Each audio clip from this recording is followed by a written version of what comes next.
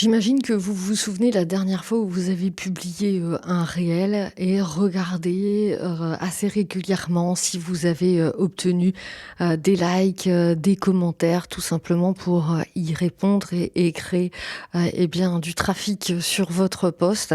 Vous avez passé 2 heures à tourner, à recadrer, à écrire la légende comme il faut, à choisir vos mots, vos hashtags. Et le lendemain matin, eh bien finalement, la portée organique, de ce post, eh bien, n'était pas folle. Alors, c'est pas, dans la tête, que ça se passe, ces choses-là. Il y a, une chute libre, hein, en ce moment, avec notamment des, changements d'algorithme. Et donc c'est pas parce que vous faites mal les choses, et vous n'êtes vraiment pas la seule dans ce cas-là aujourd'hui. Vous avez déjà dû entendre des vidéos sur, donnant ce type d'informations, en tout cas. Alors aujourd'hui, il y a quelque chose de profond, en tout cas, qui est en train, de changer, de se fissurer dans le monde, de la visibilité, en ligne. Et dans cette vidéo, je me propose de vous montrer, chiffres et sources à l'appui, ce qui est en train de changer et l'alternative que des milliers d'entrepreneuses, surtout celles qui ont une vraie expertise à transmettre, sont en train de choisir. Il y a un mouvement de fond qui est en train de se créer aujourd'hui et qui change doucement mais sûrement le marketing. Bienvenue, je m'appelle Sandrine Gillet et si vous êtes une femme entrepreneuse qui, comme moi, en a marre de devoir performer en permanence sur les réseaux pour exister professionnellement, eh bien, je vous invite à écouter cette vidéo parce que vous allez voir qu'il y a un vrai mouvement de fond qui est en train de changer les choses. Et je vais vous parler d'abord de la fatigue des réseaux. C'est un phénomène réel, c'est pas un sentiment, c'est vraiment quelque chose de documenté. Et je vais vous donner les sources si vous voulez aller vérifier que vous êtes une vraie marketeuse et que vous avez envie d'en savoir plus. En effet, la fatigue des créateurs de contenu aujourd'hui est quelque chose de massif. Il y a une étude qui a déjà été publiée en 2024, hein, donc ça fait déjà un peu de temps, par la plateforme d'affiliation Awin, menée en France, en Allemagne, au Royaume-Uni et aux États-Unis, qui révèle que plus de 80% des créateurs de contenu aux États-Unis et au Royaume-Uni ont déjà ressenti des symptômes de burn-out, dont un tiers, souvent, ou en permanence. En France, Instagram et les plateformes de vidéos courtes comme TikTok sont pointées comme les sources de pression les plus élevées. Alors, je ne sais pas où vous-même vous publiez, peut-être pas sur TikTok, mais les choses changent sur tous les réseaux en ce moment. Il faut savoir que 80% des créateurs, en tout cas, ont ressenti donc des symptômes de burn-out. Si vous devez retenir un chiffre, c'est celui-là en Grande-Bretagne et aux États-Unis. C'est quand même colossal. Ça veut dire 4 personnes sur 5 qui ont ressenti des symptômes de burn-out. 42% des femmes entrepreneuses ont déjà vécu un burn-out. Et 75% des femmes entrepreneurs estiment leur santé mentale dégradée. Donc voilà, c'est pour ça que je fais cette vidéo aujourd'hui avec un début de solution à vous apporter. Donc surtout, restez bien jusqu'à la fin. Et si vous êtes intéressé par ce type de contenu, merci de bien vouloir vous abonner, activer la petite cloche et à minima de mettre le petit pouce. Merci beaucoup. Donc, chez les femmes entrepreneuses, c'est un phénomène qui est encore plus marqué. Selon une étude Wilia Harmonie Mutuelle publiée en 2025 cette fois, il y aurait donc 75% des femmes entrepreneuses qui estiment que leur santé mentale s'est dégradée contre 64% chez les hommes. Les femmes sont plus sensibles à ce phénomène. Quant au burn-out, eh bien, ce sont 42% des femmes entrepreneurs qui auraient déjà vécu un burn-out contre 28% des hommes là aussi, les femmes sont vraiment plus touchées par ce phénomène. Et je vais vous dire, l'algorithme, évidemment, vous l'avez compris, j'en suis sûre, si vous êtes ici, eh bien l'algorithme ne vous aide pas. Depuis 2024, Instagram a progressivement modifié son algorithme pour favoriser les contenus recommandés plutôt que tes propres abonnés.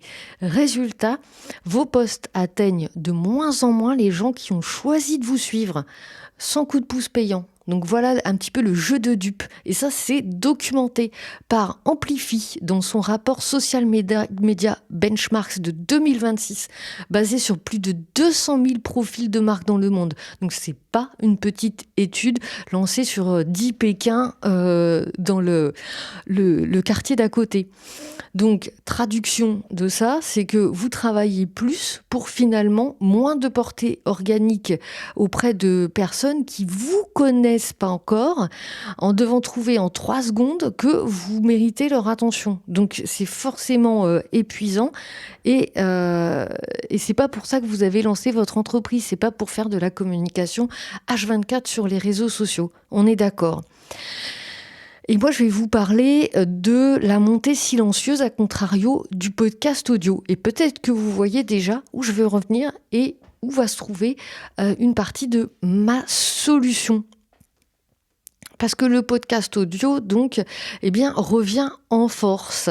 Et c'est ça qui est en train de se passer, et discrètement, mais en tout cas de s'accélérer. Globalement, il y a aujourd'hui, alors je ne vais pas vous faire crouler sous les chiffres, mais plus de 500 millions d'auditeurs de podcasts dans le monde en 2025. C'est colossal. C'est un demi-milliard, je ne sais pas si vous vous rendez compte. En hausse donc de près de 7% par rapport à 2024. Le marché mondial est quand même évalué à 40 milliards de dollars, avec une croissance projetée à 4 ans, c'est-à-dire à 2030, à 131 milliards.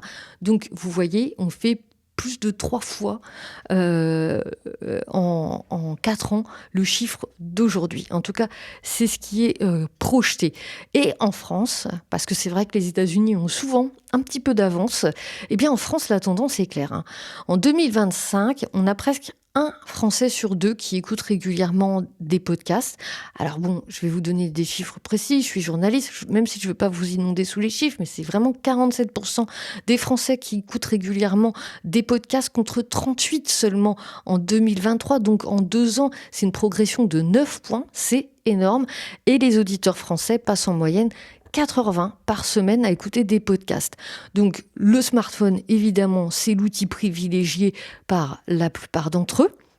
Et je vous le disais, aux États-Unis, donc, ils ont déjà un petit peu d'avance.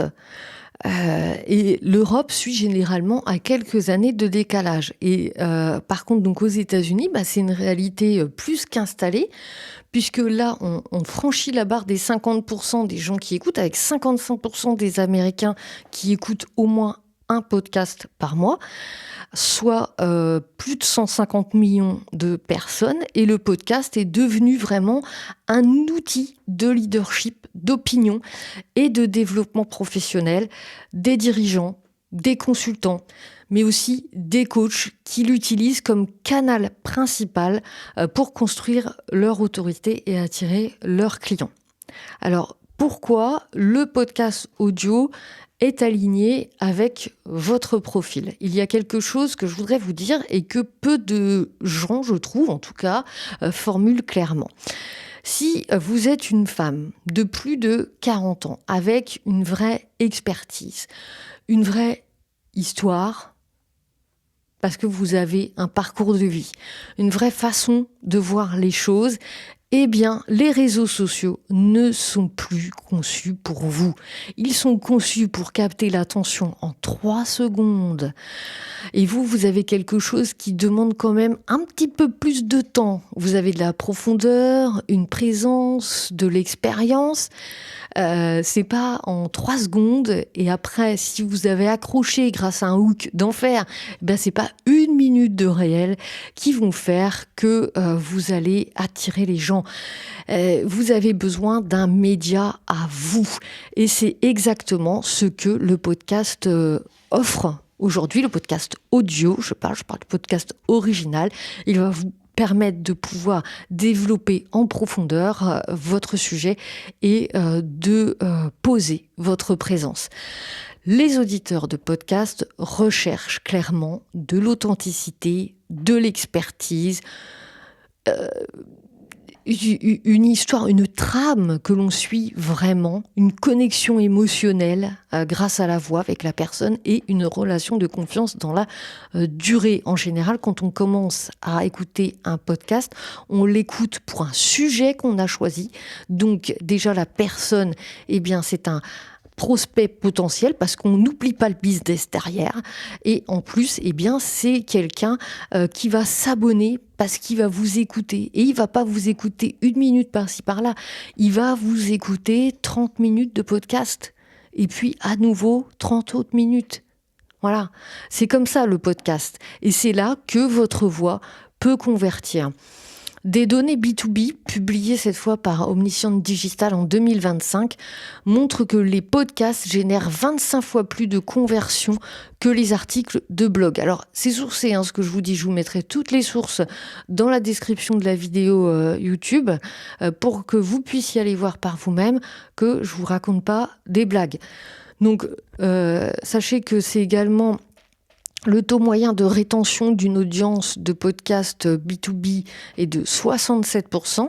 Donc les gens écoutent quand même la plupart du temps jusqu'au bout, ce qui n'est pas forcément le cas et loin de là, même sur une vidéo longue YouTube, et que certaines entreprises ont converti 48% de leurs auditeurs. Dites-vous, donc qui ont été ciblés, en tout cas en opportunité de travail. Je suis sûre que quelque part ça fait rêver. Et vous l'aurez compris, on n'est pas obligé de se montrer face caméra tous les 4 matins, ni jouer un rôle, penser à s'apprêter, etc. Pour se montrer, devoir monter, perdre du temps au montage, etc. Le podcast audio, c'est la voix, c'est ce que vous faites, c'est... Voilà, vous pouvez prendre le temps de raconter, de développer, il n'y a pas d'urgence. Et c'est vraiment complètement différent que le podcast vidéo. Donc j'insiste bien sur le fait que là, on parle de podcast audio. Et un dernier petit chiffre, selon le rapport Edelman LinkedIn B2B Thought Leadership 2024, 60% des décideurs disent que du bon contenu de leadership d'opinion les rend prêts à payer davantage pour travailler avec un prestataire. Donc votre voix aujourd'hui, votre expertise, votre régularité, eh bien c'est ça un podcast qui va attirer des clients. Alors attention, on est d'accord. Va quand même falloir être régulier. Il va quand même falloir un petit peu aller sur les réseaux sociaux, mais complètement différemment. Ça va être beaucoup moins chronophage, beaucoup moins épuisant avec la solution que je vous propose de faire du podcast audio. Vous l'avez compris déjà parce que vous n'avez pas besoin de faire de vidéo, mais j'ai aussi d'autres petits tips à vous donner. On va voir maintenant ce qui se passe aux États-Unis et qui finalement, donc vous l'aurez compris, va annoncer ce qui se passe en France, parce que moi du coup j'aime bien regarder un petit peu ce qui se passe là-bas pour être un petit peu en avance sur mon temps, je vais dire. Et là-bas, le podcast n'est plus une option parmi d'autres qu'on choisit, c'est le canal de Thought Leadership par défaut pour les consultantes, les coachs, les expertes qui veulent construire une autorité durable. Des femmes entrepreneuses comme Brené Brown, chercheuse, auteure et conférencière, ont construit une influence internationale en partie grâce au podcast. Et donc, c'est pas grâce à leurs Reels qu'elles ont réussi à faire ça. Des centaines d'autres, moins connus du grand public, génèrent des programmes de plusieurs milliers d'euros en ayant quelques centaines d'auditeurs fidèles. Parce que là, pour le coup, vous n'avez pas besoin d'avoir une masse de followers folle, puisque finalement vos auditeurs vous choisissent déjà par rapport à votre niche. Donc voilà, c'est pas une question de volume, c'est vraiment une question de qualité de relation aussi que vous allez pouvoir avoir avec vos auditeurs. Donc en France, on est encore au début de cette vague, ce qui signifie qu'il y a encore de la place, il y a encore la possibilité d'être celle qui arrive avant que le marché sature. Je vous invite vraiment à aller voir les chiffres des États-Unis. Eh bien, des partenariats majeurs commencent à se structurer et je suis sûre que vous avez commencé à le remarquer. Fin 2025, Netflix et Spotify ont annoncé la diffusion commune de podcasts vidéo. TikTok s'est allié à iHeartMedia. L'écosystème audio entre dans une nouvelle phase de maturité. En conclusion, qu'est-ce que je peux vous dire ? Eh bien, c'est quand même, j'entends souvent, en écoutant des vidéos et de certaines femmes que j'accompagne, qu'elles veulent exister professionnellement, elles veulent évidemment que leur expertise soit connue, mais elles commencent à en avoir un petit peu marre du jeu des réseaux sociaux. Elles ne veulent pas jouer un personnage sur Internet. Elles ne veulent pas passer leur journée finalement à produire du contenu et à ne pas s'occuper de leur business. Et elles n'ont vraiment pas envie non plus de devenir des expertes techniques. Et moi, je leur réponds qu'il y a un format qui répond exactement à leurs problèmes. Et c'est avec un seul micro, leur voix, leurs pensées, un épisode et une audience qui va vous suivre parce qu'elle vous fait confiance, pas parce qu'un algorithme vous a mis en tête de je ne sais quelle plateforme, voilà, ou parce que au contraire l'algorithme vous descend. On ne peut plus travailler comme ça. Et c'est ça un podcast audio pas bien pensé, pas une promesse magique, hein, ça va être du travail, vous allez devoir quand même être un petit peu sur les réseaux, pas autant qu'avant, mais un petit peu. C'est pas une promesse magique, donc, mais c'est un travail en tout cas aligné avec qui vous êtes, avec l'énergie que vous voulez mettre dans votre communication, et un travail qui ressemble à qui vous êtes vraiment, c'est-à-dire quelqu'un qui a une expertise à partager. Partager, ça implique quand même d'avoir le temps et un espace pour s'expanser. Voilà. Et un média audio peut le faire. Un réel ne peut pas le faire. Alors, si vous êtes intéressé par le contenu que je vous ai proposé, n'hésitez pas à me laisser un commentaire. Pourquoi pas, dites-moi où vous en êtes. Est-ce que vous-même vous ressentez cette fatigue sur les réseaux sociaux ? Est-ce que l'idée du podcast vous parle, vous attire plutôt ou vous fait peur ? Je lis tout et je réponds aux questions. Si vous en avez, n'hésitez pas. Et puis, je mets dans la description donc toutes les sources que j'ai pu utiliser. Si parmi vous, certaines veulent aller vérifier. Voilà, je vous retrouve bientôt. Prochainement, je vais mettre en place un webinaire justement pour vous donner des choses sur comment lancer un média audio en 90 jours sans devenir pour autant une experte technique et y passer sa vie. Donc n'hésitez pas eh bien vraiment à me suivre pour que ma prochaine vidéo eh bien vous soit communiquée. Ce sera aux alentours de la mi-juin, peut-être un petit peu avant. Voilà, j'aurai plein de valeurs à vous donner pour donc créer votre média audio et arrêter d'être tout le temps sur les réseaux. On va pas arrêter les réseaux. Ok ? Allez, à bientôt. Ciao.